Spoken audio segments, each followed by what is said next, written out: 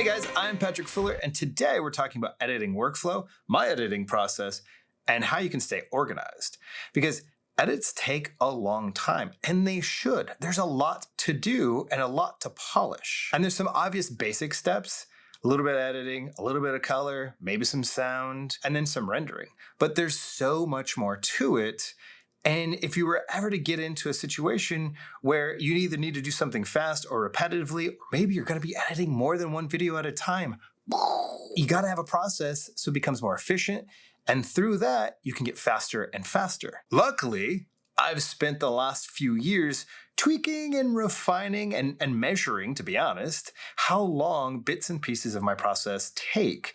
And I've come up with a pretty good process that works great for me that might also work for you. So I'll tell you what, let's jump right in and see what we got. First things first, we start with Trello. This is where I spend a lot of my time. And to be honest, it's time well spent. And if I'm being really, really honest, this is actually just a Trello board template that I created for you.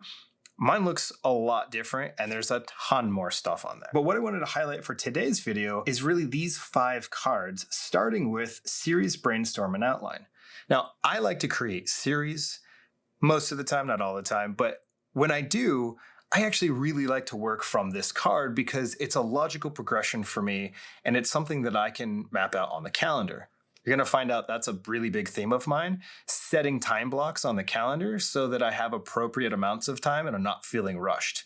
That's the worst feeling in the world, is when you feel like you got to work all day or all night because you mismanaged your calendar or just weren't really good with time management. This helps with that. So my series, brainstorm, and outline card here really has 3 ideas. It's filter through my video ideas, then research them, whether that be just through YouTube or using another tool like a TubeBuddy or Morning Fame or maybe even a vidIQ. And through that research, I like to start to define the titles and the thumbnail options. Now, it's not set in stone for me, but it's something that I work towards. Now, once I'm working on a single video, then that's when I open up my video outline card and I'll actually go through and I'll script out the video ideas. Now, disclaimer, I don't really do scripting per se, as like writing in paragraph form, things like that.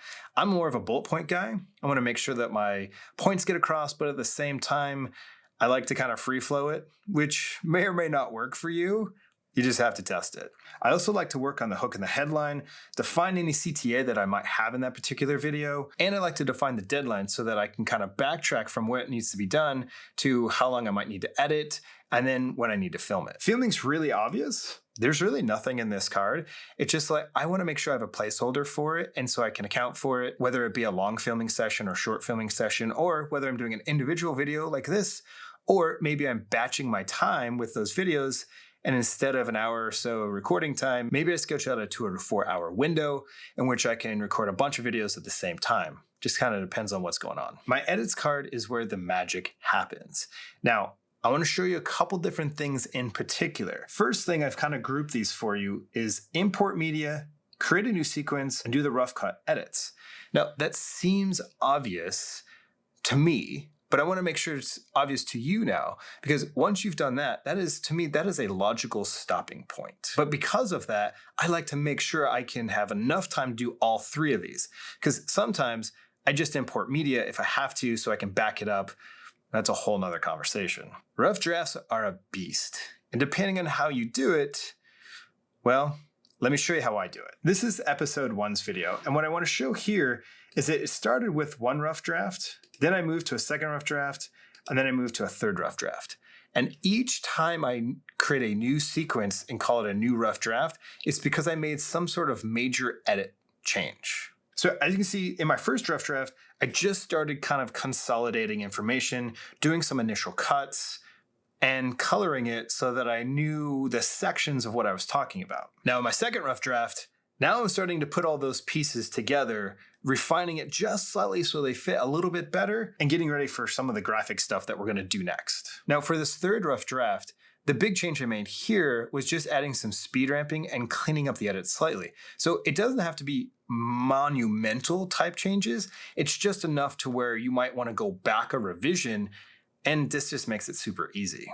Now, once I'm done with all the rough drafts, I'll actually render out a final version so that I can see the progression and not really have to get rid of them, but still have my final. Now, if I flip back to my Trello board, I can actually start crossing these things off, which, I don't know, if you're somebody like me and you make a list all the time, crossing things off just feels good. And then after that, I'll start diving into color and adding my intro and my outro, anything else that I need to from a graphics perspective, as well as cleaning up audio. Last but not least, I'll actually do some precision edits and just make sure everything is as tight as it can be. And then when it's ready, it's final render time. Now that's where most people will end their process, but the job's not done yet. Let me show you what I mean. So I have another card here that says assets and launch. So this is basically my reminder to create this card. Another reminder for a reminder, I get it, but that's what I need. So let me show you what's in this assets and launch. So I have two big buckets of checklists here. The first one is go back to Morning Fame and TubeBuddy and do a little bit more research. Have things changed? Have I thought of a better title? Have I thought of new tags? Things like that. Then I'm going to jump into thumbnails, and I like to create two different thumbnails. Obviously, I'm only going to use one, but I might swap them out to see how the video's doing, or I might just come up with totally crazy ideas for each of them and decide which one I like later. I also like to create an article for the blog or for the website, just a little SEO value. It doesn't hurt to do it, and quite honestly, I'm not sure how many people actually read it, but it just makes me feel good. Once that's done, I'll jump into YouTube Studio, upload the video, schedule the release, and then prep all the social media that I can. Now here's a quick disclaimer. I don't always prep that social media because I'm either too busy or, I get lazy. But I always like to remind myself because if I can prep it in advance, it just saves me a lot of time. Okay, if you're following along with the series, then last week you know that we covered the UI and some of the basics from a Premiere Pro visual perspective.